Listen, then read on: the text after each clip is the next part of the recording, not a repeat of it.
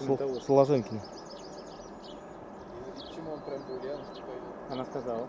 Вам зеленый до Ульяновск 2, да? Да. Металл выпустил, да? Песок, вернее, Ой, порожняк. тихо.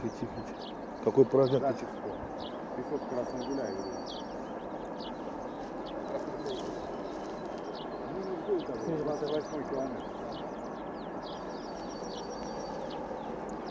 Это Коттер. Угу.